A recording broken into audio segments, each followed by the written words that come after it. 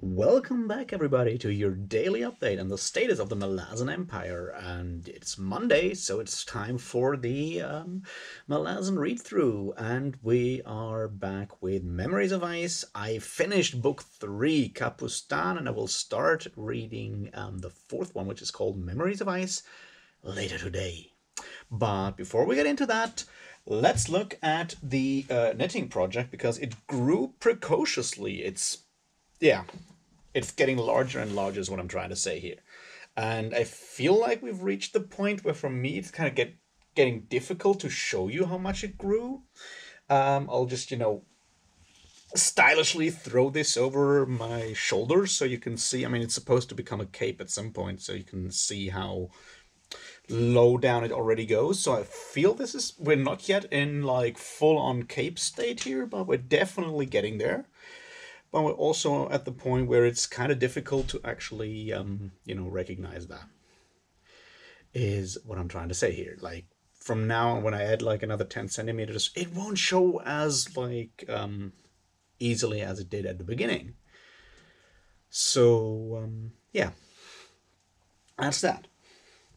So, yeah, we'll see how long it will take. If I can finish this by the end of Memories of Ice, I doubt it because, we're almost done with only one book left. So I suspect it will also take at least parts of House of Chains for me to get through all of this.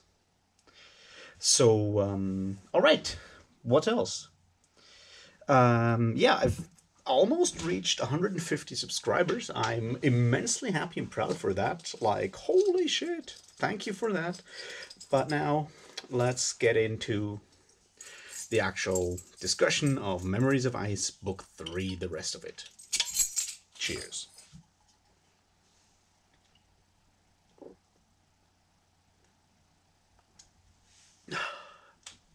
Okay, so, which parts do I find interesting in the last one?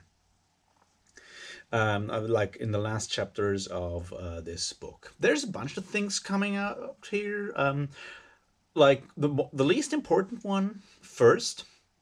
Is Whiskey Jack running a fucking bar or what? Like, every time he's like, oh, I have this cask of Gretfella and ale in my tent. We need to drink. And he does that with Anomander Rake, and then he does it with Itkovi, and he's like, he's pushing that stuff real hard at this point. I think he might be looking for a new career once his soldiering days are gone. Yeah, just as I said, just something I noticed that Whiskey Jack is basically pushing social interaction through alcohol consumption, which, I mean, don't get me wrong, I heartily approve of that. I just found it funny that within, like, I don't know, 200 pages basically, he pulls the same trick twice, and I'm wondering, is it the same cask and he's just seriously trying to get rid of it, or is it actually a new one and he has one as a conversation starter all the time in case he needs to talk to someone. He's like, oh, I have beer, come over. um anyway, that's like the least of our problems with this chapter. Not chapter, or like the last two and a half or one and a half chapters or so. um what else? We do have a couple of interesting things going on. We have that parley between all these different people. We get Itkovian hating himself a lot, which I feel there's more to say about that at some point. Once again, I'm obviously not qualified to talk about any psychological phenomena or anything like that. But oh boy, is that guy who hitting hard on the self recriminations at this point. Um, I mean, not that I don't get it, but it's pretty tough. Um, so we get some of that. I found it interesting that he's sort of our viewpoint for the council. We have all these power players, and we have him as this sort of outside person, um, being the one who, yeah, our viewpoint in that situation. Something else that I found very interesting is how fucking elaborate Gruntle can be if he wants to, and how many like complex words he can actually string together. It's like, all the time we have this like interaction between Stoney and him. Stoney is calling him an oaf and an idiot, and he's pretending to be this like super like blunt caravan guard, and then he's sitting there and suddenly he's pulling off these like long arguments. And like, I'm not an editor or anything. It just felt slightly out of character that suddenly he's not this just like two sentence blunt telling you how it is guy, but suddenly he can actually philosophically argue with the best of them, and the best of them at this point includes elder gods. So yeah, that's that. Just saying. All right, another thing that is more like a fun side thing is the explanation about the wolf gods. I mean, this is set up, has been set up for a while now. I found it interesting that actually the whole you remember, like, I don't know, videos ago or 3 videos ago when I said that there's like this parallel going on with the Maybe Silver Fox relation on the one hand, and the Changemala matron seer Tok the Younger kind of relation on the other hand. Now, when the Maybe actually meets Tok the Younger in his dream or her dream, we actually get this like really explicitly. So I felt validated in a way that I should not feel when reading that. So yeah, that's that. What else do I want to talk about these chapters before we get into like the meatier, bigger things that I feel are also in there?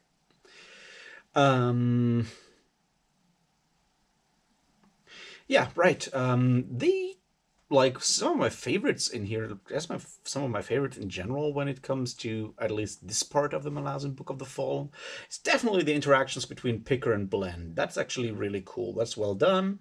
The way that relationship is established more and more over time is just really well done. I just really enjoyed that because it's, once again, it's not like the big players that for me are like the really important bit of the Malazan Book of the Fallen. It's not what your average, what your Anomander Rake does and so forth. I feel that actually where it really shines is in the depiction of like the everyday person, everyday Joe or Jane in this case, how they are behaving. That's and dealing with all the consequences. So those two Marines that are following Silver Fox, or Picker and Blend.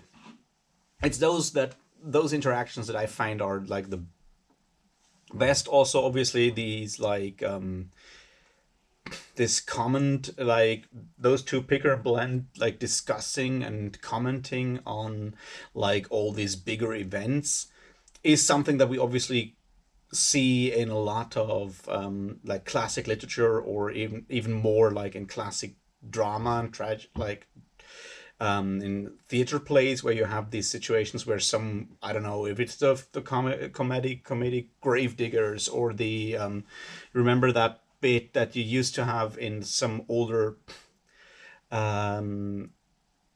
theater plays where you have the butler and the maid discussing what the big ones are up to, and it kind of reminds me a bit of that, to have this kind of situation where you have those two regular people who obviously know way more than you would expect because of Blend's special talent in blending in and stuff like that.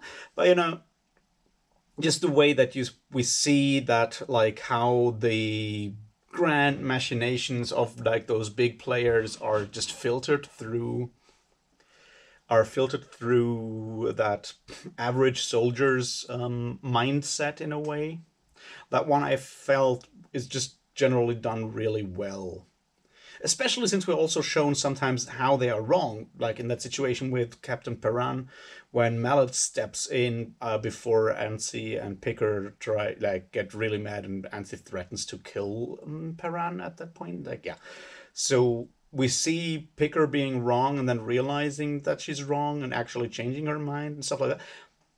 It just feels like a really well-rounded character that's sort of on the side and not like super important. But as I said, this idea of having like two of the like common people commenting on and discussing like the big events is something that we see in a lot of is, I don't want to call it a trope, but it's definitely something we can see in a lot of theater work, a lot of like both comedies and tragedies. But yeah, I think I remember some of those kinds of conversations, for example, in some of the Moliere plays. When if you want to look at some of those French comedies of like the 17th century, 18th century, that kind of thing. It's been around for a while, and I feel that Picker and Blend kind of fall into that or remind me of that. So I'm obviously not claiming that that's what Steven Erikson is trying to achieve here. I'm just saying it kind of, reminded me of that.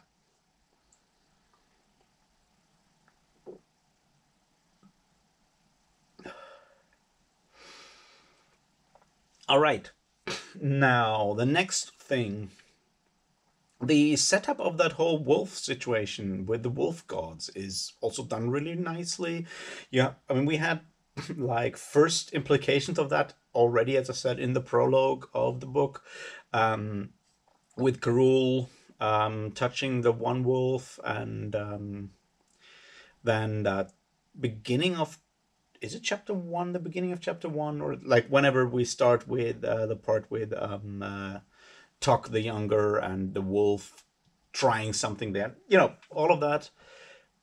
It has been set up really long ago, really well, and now we see how it slowly, because slowly comes to fruition, because we suddenly realize that those wolves are more than just animals, even those that we saw.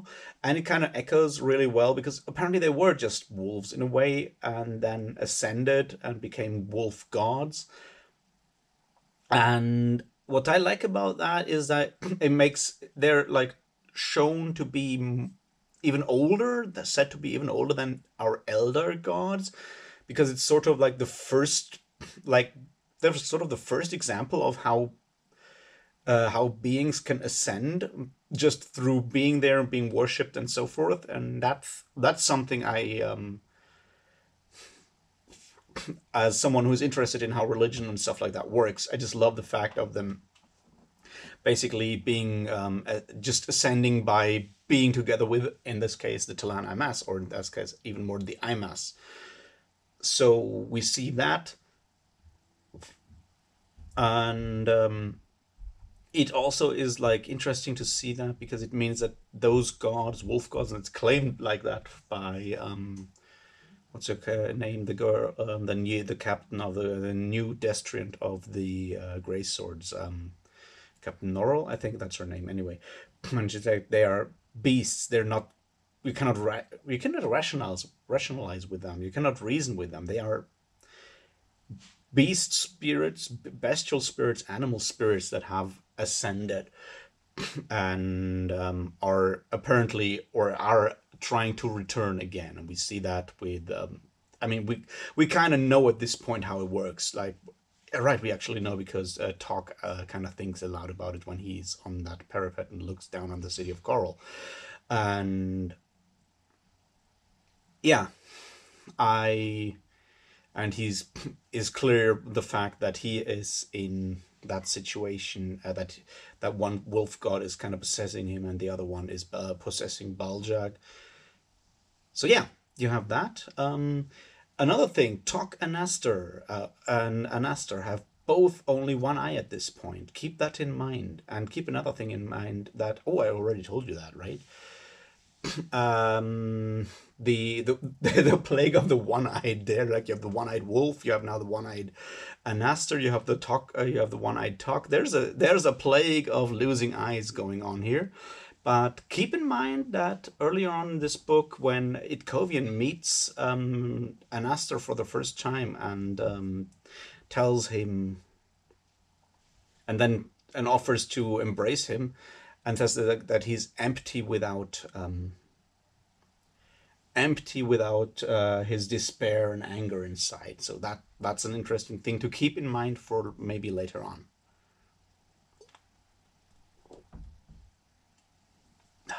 All right, what else? I once again kind of struggle with the portrayal of the masked council, because apparently they're all just really idiots. I find this like maybe slightly mitigated by the um slightly mitigated by the gray sword portrayal of the gray swords, but in general the idea that like everyone in that organized religion is corrupt and and just about politics and has basically already forgiven up their faith the moment they started to actually work within the temple structure within the organized religion. I feel that is like, I know it's easy and I know it's popular to bash organized religion, and I'm totally fine with it in a way. I just feel it's a bit cheap in a way that like everyone there's like no one in that masked council seems to be an actual honest to God, honest believing person. No one in that masked council seems to be sincere in their actual belief in their gods, which is kind of interesting because those gods absolutely fucking exist. It's not like with, I don't know, Christianity where you're not, where you don't have like actual proof. But in this case, you know, you get power from your gods. Your god may show up and talk to you or whatever in person.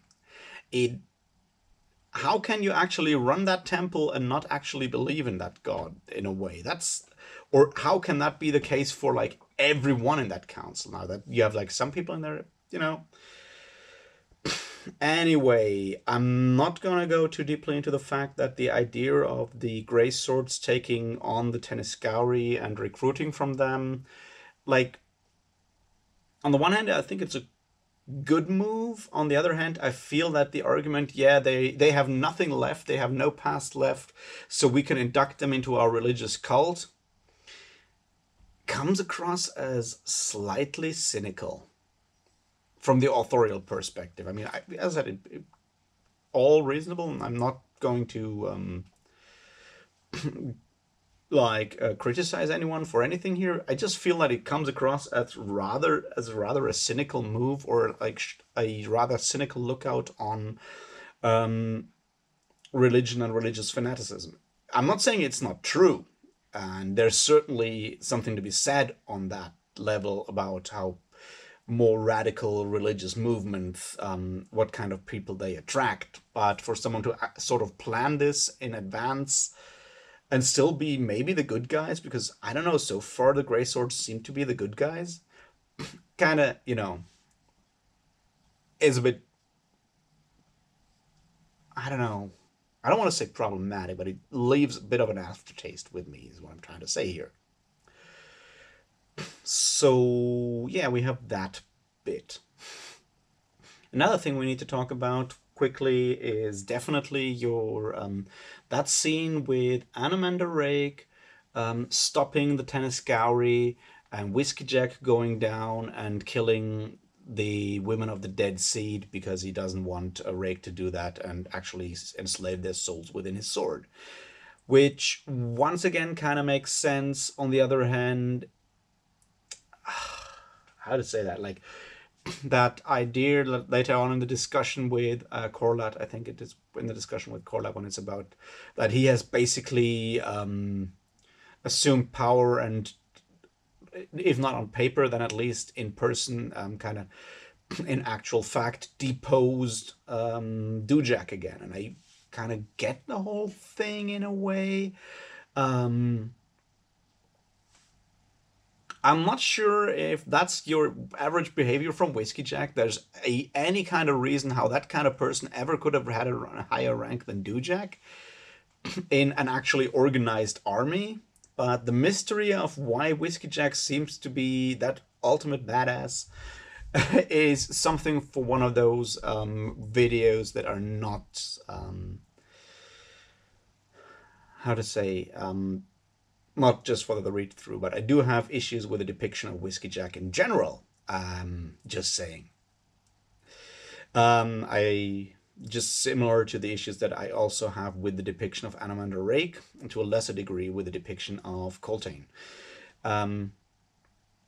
Anyway, so we have that situation with Rake and Whiskey Jack, the discussion about the the assumption of justice, like or presumption anyway. You could also see it as presumption. Now, you have the issue there for me is that, yeah, of course, those people are dangerous. They are dangerous sorceresses, with chaotic power that are extremely dangerous to everyone because of all how the magical world is set up. But it kind of makes it easier to decide that those people just need to be killed. And now I'm aware that we're talking fantasy literature here and all of that, but the idea that some people are beyond redemption and need to be put down, need to be killed, seems to go against a lot of other things that happen within the world of the Malazan Book of the Fallen. Because the idea that someone is actually beyond redemption is a rather strong one, is what I'm trying to say here.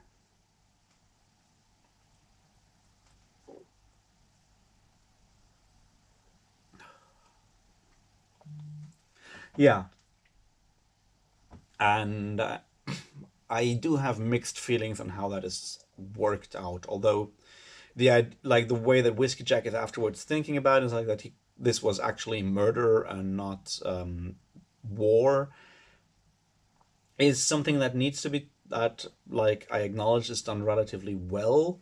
Another thing I found interesting was, I think it's Silver Fox talking about that, talking about Dujek or Whiskey Jack being people who make history. I am not going to go deep into the idea of the history of great men kind of theory that is basically done at this point. I just, yeah, I do kind of get where this is coming from. It once again combines with that idea of loyalty and how those two, Whiskey Jack and Dujak, have this incredible loyalty from their soldiers.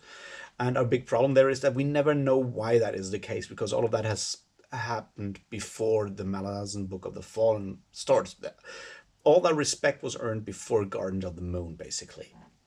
We're just faced with the results of that. What else did I want to look at? This seems to be rather disjointed, small, like leftover nuggets and bits and pieces, I think. But yeah, I mean, that has to be done as well.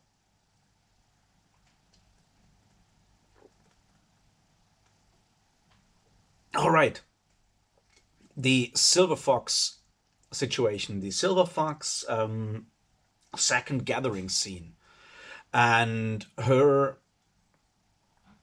doing, yeah, denying the Talanai Mass in that situation for the time being. And the Talanai Mass actually wanting their war to be over, and because it has become senseless in a way, because, as rightly pointed out, with, I think it's Paran who points that out later on, that there's so many human tyrants out there. The the Jackhat tyrants are no longer the problem, and an idea actually having become meaningless over time is a very, very strong one. And in general, the way that this is all set up and how the Talan Imas, as these undead warriors that we first get shown in the in Gardens of the Moon and so forth, how they are becoming more and more human in a way and more emotional behind that mask. That is one of the really, really strong moments within Memories of Ice for me, to have that, like, happening more and more and more. Also, obviously, Olar Ethil, who you remember as the undead dragon, and now you remember her also being in Deadhouse Gates, right?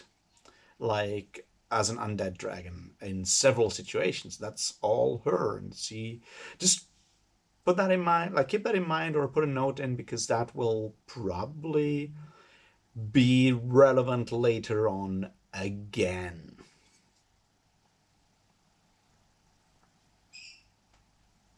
Another bit that I wanted to just throw up again is that short conversation between Tuck the Younger and the Seer Domin. Um, I still don't understand. That's maybe, I don't want to say a weakness of the book, but probably a weakness. Is like we know nothing of the seer, the Panyan seer and the Panyan Doman's religion. We just know they're all religious fanatics, but there's no dogma in there. There's like no creed. People just basically become mad and follow the seer who preaches I have no idea what. We don't even know that there's a god that people are praying to. They're like the seer in by definition seems to be the prophet, but prophet of whose god? And I mean, yeah, of course we know now like that he's a servant of the crippled god. We know that now, but that's never mentioned within like this creed. Like none of those people following the Panyan seer, we don't know what they're believing in. I think I don't know. That just leaves me unconvinced by the whole religious madness and religious mania that his people show. And I just feel that this could have been handled better in a way. If we had actually heard, like, actually get shown some kind of creed or whatever people pray to or believe or whatever. But at this point, they're not. They're just like, they just decide to embrace the faith, whatever that faith may be, and become mad and become cannibals, and that's it. And I'm like, what do you actually believe at this point? So I just feel that a little more detail in that case would have helped a lot to convince me, but maybe I'm just like one of the very few people who gets disappointed by the fact that we don't know what they're actually believing. I mean, I get sort of the idea of like most of the other gods there, just I mean, mostly by filling in blanks for me. It's like, okay, Fenrir is a god of war, Treach is a god of war. What do gods of war usually, and so forth. But same with like your average like Burn, your Earth goddess. Like, yeah, I assume she's something like I don't know, Demeter or whatever, what have you, like your average Earth goddess. And I can fill that stuff in. But what what god, like what faith is the Panyan Seer actually preaching? I would really love to know that. Anyway, what else did I want to look at? I feel like at some point we need to talk about Lady Envy. I'm just not sure if now is the point to do that in detail. I just feel like I like the fact of she's basically the personification of your Epicurean god deity in a way. I mean, she's not a goddess; she's just an ascendant, but she's immortal, and she just does whatever the fuck she wants. Also, why can't she use that much magic without having problems with the poisoned warrants that everyone else has? Is it because elder warrants aren't poisoned, or is there a different thing going on? Because I don't know what kind of warrant she uses. I guess we both don't know. We all don't know. But why doesn't she have any issues with just burning down whole cities and stuff like that? And everyone else has to struggle. Apparently, even some of the like elder gods. I mean, especially our good friend Karol.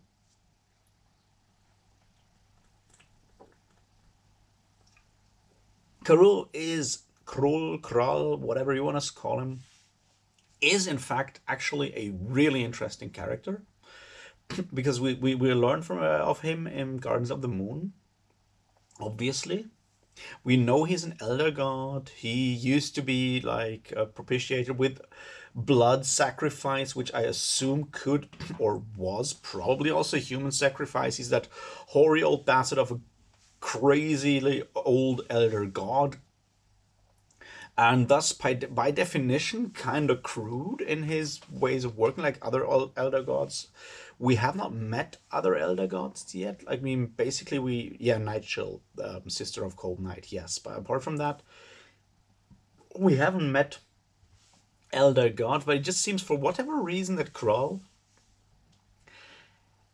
is rather smart. Also, compared to some of the younger gods, he's rather able to adapt and work indirectly, which I find interesting because you contrast it with like the way he's portrayed at the beginning. Like you need to spill blood for him and all of this stuff, and then he can just goes and pulls and becomes this master manipulator in that regard. So that's just an interesting character and the kind of god that I find more interesting to look at and learn about. But once again, we don't know what people who actually worship him do believe because that's not how this kind of religion works. But still, yeah, I feel like that's sort of it because I feel like I've also forgotten a ton of things I wanted to talk about.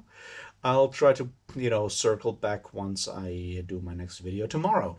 All right, so I hope you took something out of that, and I'll see you all tomorrow with the beginning of book 4. Until then, cheers.